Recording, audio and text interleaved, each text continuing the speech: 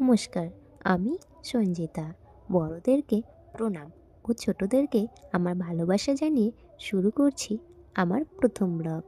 তো আজকে রবিবার, এখন ওই সকাল 11টা নাগাদ বাজে। এখানে পিকুকে স্নান করিয়ে রেডি করিয়ে নিয়েছি ঘুম পাড়াবো বলে। আর আমারও সমস্ত কাজবাজ শেষ।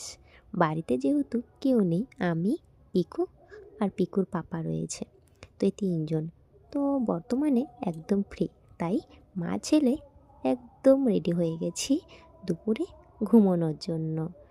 এই টাইমটাতে আমি ওকে ঘুম পাড়িয়ে দিই। যাই হোক, আমার যদি কাজ থাকে তাহলে আমি ওকে ঘুম পাড়িয়ে দিয়ে কাজগুলো করে নিই।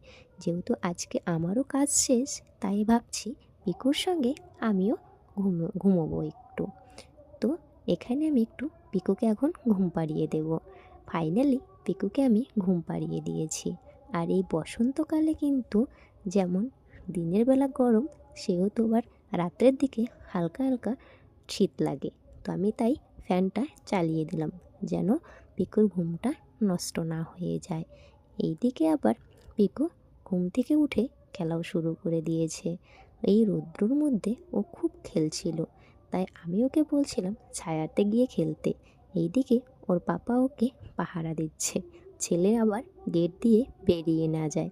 ছেলের তো গাড়ির অভাব নেই, এদিকে দুটো তো ওদিকে চারটে ছড়ানো ছিটানো রয়েছে। আমি ওর পাপাকে বলছিলাম, তুমি কি বসে বসে ছেলের রোদ্দুরের মধ্যে খেলা দেখছো না ছেলেকে পাহারা দিচ্ছ? তো ওর পাপা বলছে, আমি কি করব বলো, ছেলে তো ওখান থেকে নড়ছেই না, আর ছেলে আমাকে দেখাচ্ছে ও বাইরে গিয়ে খেলবে। এই মুহূর্তে ওকে বাইরে দেওয়া সম্ভব নয়। ওর পাপা আবার ওকে গাড়িগুলো হাতে ধরিয়ে দিচ্ছে। তো বিকেলের দিকে আমি আবার একটু কাজে লেগে গেলাম। আমার সঙ্গে কিন্তু তালে তাল দিচ্ছে পিকু। ওইদিকে দেখতে পাচ্ছেন একটু পাতা পড়ে গেছে। এই বসন্তকালে গাছের পুরনো পাতা ঝরে কিন্তু আবার নতুন পাতা সৃষ্টি হয়। সেক্ষেত্রে আমাদের বাড়িতে রয়েছে একটি নিম গাছ, আর প্রত্যেক দিন এক গাদা পাতার সঙ্গে আমাকে দেখা করতে হয়। সেক্ষেত্রে আজকেও আমাকে এই পাতাগুলো পরিষ্কার করতে হচ্ছে। আর এখানে কিছু আমি ফুল গাছ লাগাবো।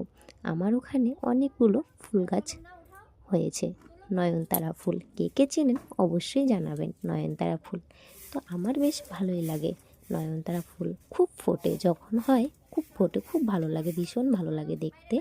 তো সেই ফুল গাছগুলো আমি ওখানে লাগাবো, তাই একটু জায়গাটা পরিষ্কার করে নিচ্ছি। আর এদিকে পিকুকে আমি বলছি সরে দাঁড়াতে, সে কিছুতেই সরছে না। তাকেও তার মায়ের সঙ্গে হাতে হাত মিলিয়ে কাজ করতে হবে। ওই দেখুন, ও সেই পাতাগুলো ওই গামলাটার মধ্যে তুলবে। যেহেতু আমি ওখানে সমস্ত পাতা গামলার মধ্যে তুলে ফেলে দেব, সেক্ষেত্রে ও ওখানে গিয়ে সমস্ত পাতা তুলছে। বেশ ভালোই লাগে, ও আমার কাজে হেল্প করে। হ্যাঁ, আবার একটু সময় সময় বিরক্ত বোধ হয় কাজের সময়, একটু মানে আমি তাড়াতাড়ি করতে যাব, ও আর আমাকে বাড়াবাড়ি করবে। তো বলছে, মা আমি তুলছি, ওর ভাষায় ও যেভাবে বলে। এখনও তো সেরকম বয়স হয়নি কথা বলার মতো, সবে 19 থেকে 20 মাস ওর বয়স চলছে। তো এরকম কার কার সঙ্গে হয়, কে কি এই জিনিসগুলোর সঙ্গে পরিচিত অবশ্যই জানাবেন। আমার বেশ ভালোই লাগে। তো আমি একটু ভাবলাম দাঁড়িয়ে দাঁড়িয়ে ওর ভাবভঙ্গিগুলো দেখি। তো পিছন থেকে ওর পাপা শুধু হাসছে, আর আমার তখন মাথাটা গরম হচ্ছে। তো এই কাজগুলো করে আমি যাব একটু সার মাটি আনতে। তো আমি ওই অবস্থাতেই রেডি হয়ে গেলাম পিকুকেও নিয়ে যাব বলে। কারণ পিকু না গরমের মধ্যে হাঁপিয়ে গেছে বলে একটু জল খাচ্ছে, ওর দাদা ওকে জল খাইয়ে দিচ্ছে। তো পিকুকে নিয়ে বেরিয়ে গেলাম একটু সার মাটি আনতে।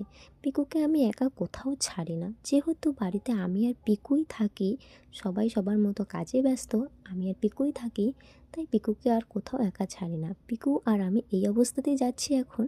এসে দুজনে ফ্রেশ হব, কারণ হাতে শরীরে পুরো ধুলোবালি লেগে গেছে মা ছেলে দুজনেরই। এখন বিকেলের দিক, এই সার মাটি এনে তারপরে আমরা মা ছেলে আবার ফ্রেশ হব। তো আমাদের কপাল এতটাই খারাপ যে আমরা একটুকু সার মাটি পাইনি, আমাদের খালি বালতি নিয়ে ঘুরে আসতে হয়েছে। আর এই যে গাছগুলো দেখতে পাচ্ছেন, এটা হচ্ছে আমার ফুল বাগান। আমার ফুল গাছ লাগাতে ভীষণ ভালো লাগে, খুব ভালোবাসি ফুল। তো ব্লগটি কেমন লাগলো